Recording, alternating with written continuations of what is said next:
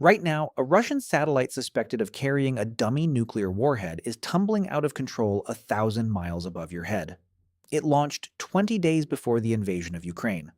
China has satellites that can physically grab other spacecraft and drag them out of orbit. The United States just signed its first contracts to put weapons in space. At least 12 countries are in this race, and most people don't even know it's happening. Here's the tour.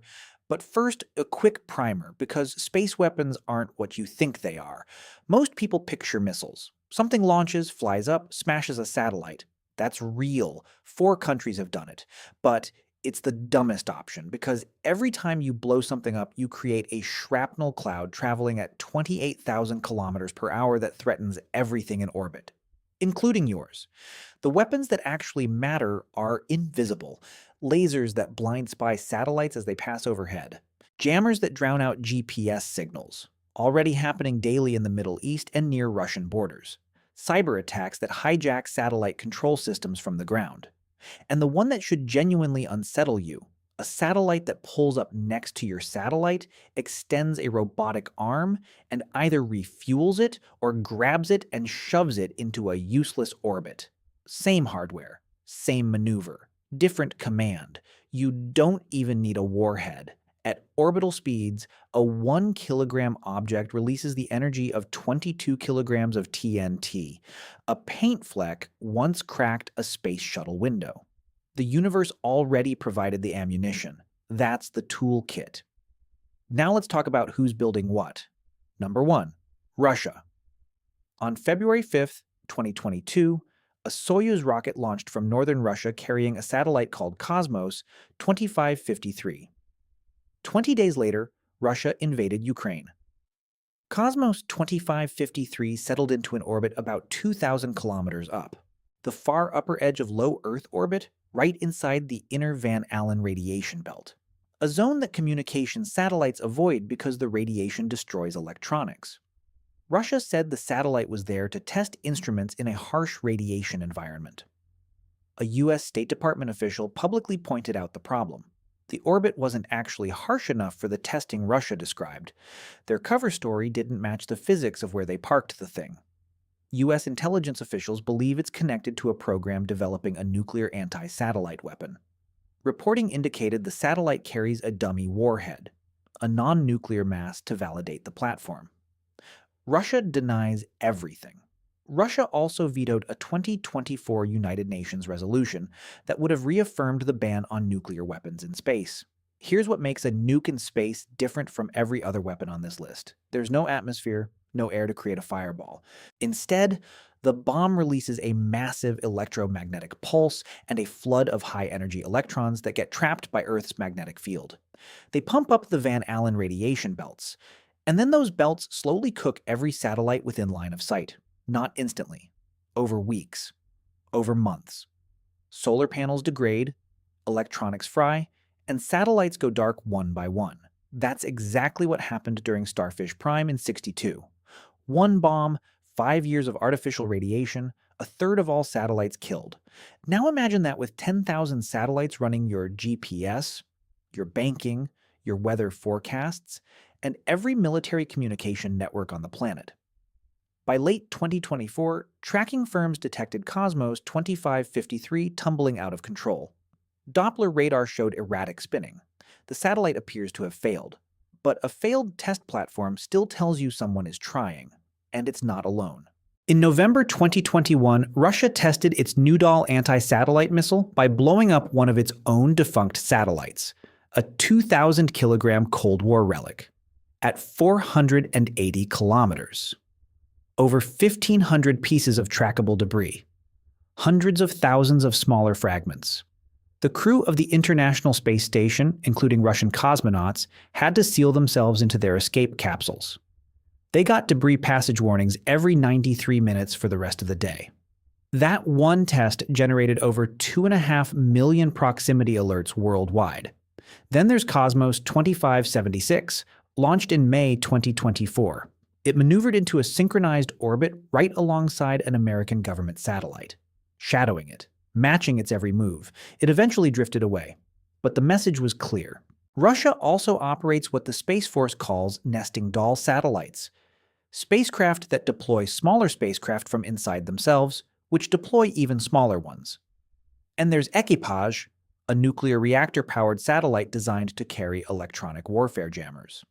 Persistent, always overhead. The country named its operational laser weapon Peresvet, after a medieval monk who fought to the death in single combat before a battle. Already deployed, already protecting mobile nuclear missile launchers from spy satellites passing overhead. They're not being subtle. Number 2. China. If Russia's approach is the sledgehammer, China's is the handshake that turns into a chokehold. In 2022, a Chinese satellite called Shijian-21 rendezvoused with a defunct navigation satellite in geosynchronous orbit, grabbed it, and physically towed it to a graveyard orbit. China said it was demonstrating debris cleanup technology. It was also demonstrating the ability to drag any satellite in that orbit wherever it wants. In January 2025, China launched Shijian-25, 2 grappling arms. By July, it had refueled a satellite with 142 kilograms of fuel. Chinese press called it a superspace refueling station, capable of servicing 20 different spacecraft. A satellite that can approach, latch on, and inject fluid. If the fluid is fuel, that's a service mission. If the command changes, those same arms can crush, hold hostage, or fling a satellite into a useless trajectory.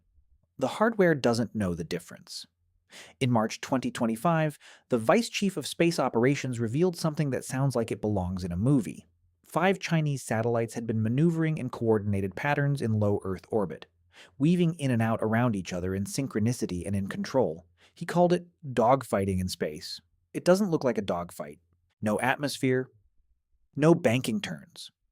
These are chess moves played over hours. Precise thruster burns shifting trajectories by fractions of a degree. But the coordination, that's what matters. They're rehearsing. China also has a classified spaceplane called Shenlong, Divine Dragon. 4 missions since 2020. On its 3rd flight, it released at least 7 unknown objects into orbit.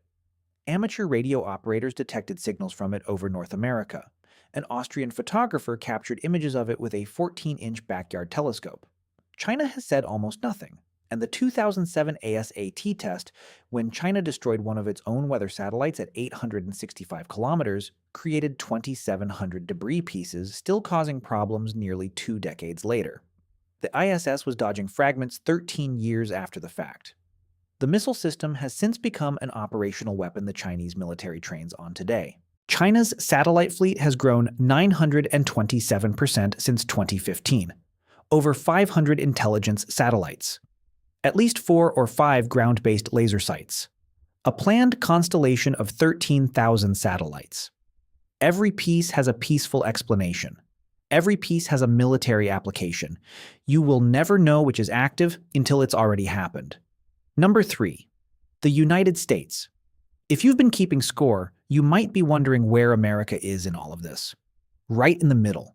They just talk about it differently. The Space Force's first offensive counterspace weapon has been operational since 2020. The Counter-Communications System, a transportable jammer that disrupts enemy satellite communications. As of early 2026, the US has exactly 3 acknowledged offensive counterspace systems. All jammers. The classified number is almost certainly larger. The X-37B is a 29-foot robotic spaceplane operated by the Space Force's Orbital Warfare Unit, Delta IX. 2 vehicles in the fleet, 8 missions since 2010, 4,200 days in orbit, 1.3 billion miles traveled, most payloads classified. The Space Force doesn't need it to be a weapon. They need adversaries to wonder if it is. But the real shift is Golden Dome. January 2025, the president signed an executive order directing the military to build a layered missile defense system. Thousands of satellites carrying sensors and interceptors. Space-based weapons designed to shoot down ballistic missiles in the first 3 to 5 minutes after launch, the boost phase, when they're slowest. If built, Golden Dome puts the first American weapons in orbit. First interceptor prototype contracts awarded November 2025. Congress allocated $24.4 billion. The White House says 175 billion total. The Congressional Budget Office says over 500 billion for a limited version. Some estimates hit trillions. One company described its concept as HIMARS in space. Here's the physics problem. Boost phase lasts 3 to 5 minutes. Your interceptor has to already be overhead when the missile launches. For a constellation of 10,000 satellites, you'd need to replace 2,000 per year. The 80s version of this idea couldn't make the math work. Golden Dome has better technology, but the same orbital geometry. And here's the strategic paradox. A defensive Starshield satellite looks identical on radar to a Starlink internet satellite or one carrying an offensive weapon. Adversaries can't tell the difference. So, in any crisis, the rational move is to take out the entire constellation before it activates. A system designed to prevent escalation becomes the ultimate incentive for it. In February 2026, Delta IX received its first live satellite for practicing combat maneuvers in orbit. Not a simulation. An actual spacecraft flown by actual warfighters rehearsing offensive and defensive operations. The country building the shield is also sharpening the sword. Number 4, the wild cards. This is where it gets uncomfortable because it's not just the big three. India is the 4th country to ever kill a satellite. In March 2019, a ground-launched missile called the PDV Mark II destroyed one of India's own spacecraft at 285 kilometers. 400 pieces of debris. The Prime Minister went on national television to announce it. India then created a defense space agency and a dedicated space research organization in the same year. They're also developing a hypersonic variant of the BrahMos missile. India didn't just test an ASAT weapon to prove a point. They built the institutions to turn it into a program. France is the most openly aggressive European player. French officials have publicly discussed equipping military satellites with lasers. Not to attack, but to blind any hostile satellite that gets too close. Think of it as a space guard dog. You approach, you lose your eyes. France reassigned control of its military satellites from its civilian space agency to the armed forces in 2019 and created a dedicated military space command within the Air Force. They also funded a next-generation space surveillance sensor program called, and I promise this is real, SAREN. The European Commission backed a separate project under its Defense Development Fund that achieved its technical objectives for space threat detection in 2025. France isn't waiting for permission to defend its satellites, it's designing them to fight back on their own. Japan established its Space Domain Mission Unit in 2020, specifically to track and protect Japanese satellites. It's a small force, but it's growing.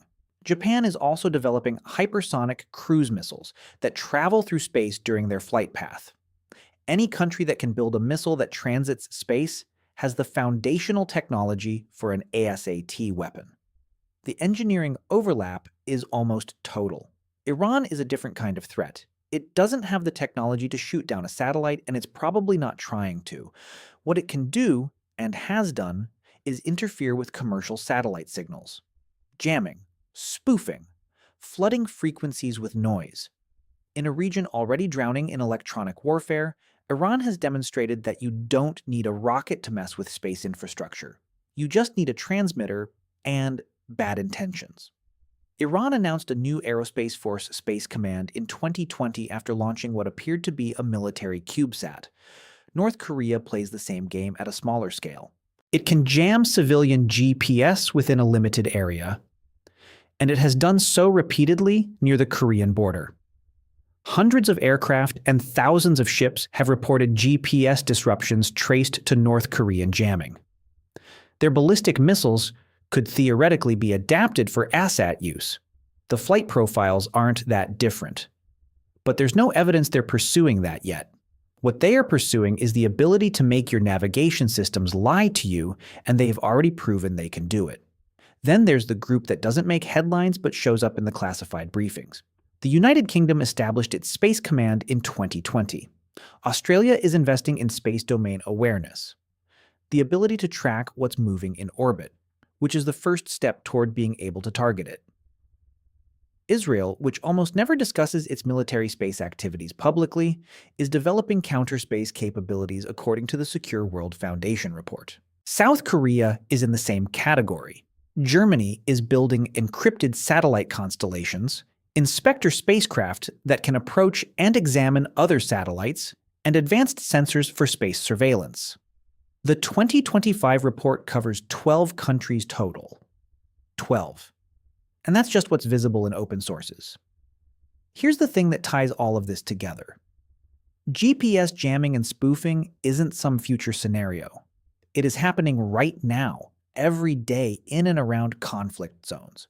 Pilots flying through the Middle East and near Russian airspace are already dealing with navigation systems that lie to them because someone on the ground is pumping fake signals into the sky. Ship captains in the Black Sea have reported their GPS placing them miles inland on airport runways. This is the low end of space warfare, and it's already normal. Space weapons are no longer a superpower monopoly. The barrier to entry drops every year. A country that can't afford a single satellite can still buy a jammer that blinds yours, which raises the question none of these countries want to answer. What happens if someone pulls the trigger? Everything so far has been positioning, testing, shadowing, but nobody has attacked another country's satellite. The only weapon ever fired in orbit was a Soviet cannon on an empty space station in 1975, and the crew wasn't even on board. So what happens when that changes? In 1978, a NASA scientist named Donald Kessler described a nightmare. If enough objects collide in orbit, each collision creates debris that causes more collisions that create more debris. A chain reaction. He later said the process should be thought of as continuous and as already started. The US military now tracks 47,000 objects in orbit, double what it was in 2013. A 1-gram fragment at 15 kilometers per second carries the kinetic energy of a 2-ton Rhino at full speed. The 2007 Chinese test created 2,700 debris pieces. The 2009 Iridium Cosmos collision added 2,000 more. The 2021 Russian test added 1,500. Each event feeds the next. This is established science. The cascade is real, and it's already happening in slow motion. Now here's where we move from hard science to plausible military analysis. A deliberate space war could compress what would normally unfold over decades. A nuclear detonation in orbit wouldn't destroy every satellite at once, but the radiation belt pumping would kill them over weeks and months. Your phone's GPS starts drifting. Satellite TV goes to static. Weather forecasts stop updating. ATMs fail. Not a blackout. A slow unraveling. 78% of commercial aviation navigation depends on GPS. Polar weather satellites provide 85% of the data in forecast models. Debris above 800 kilometers stays in orbit for centuries. At geosynchronous orbit, it stays forever. There is no cleanup technology that works at scale. Some analysts describe an intentional Kessler cascade as the ultimate scorched earth strategy. If you can't win in space, you make sure nobody can use it. You don't just destroy your enemy's satellites, you destroy the ability to have satellites at all. Every system in this video exists right now or is under active development. The question isn't whether space is weaponized, it already is. The best case scenario is that every weapon we covered is never used. That 12 countries spend trillions of dollars building things designed to sit in orbit and do nothing forever. That's the best case. But if history has taught us anything, it's that the best case scenario is rarely the most likely, unfortunately.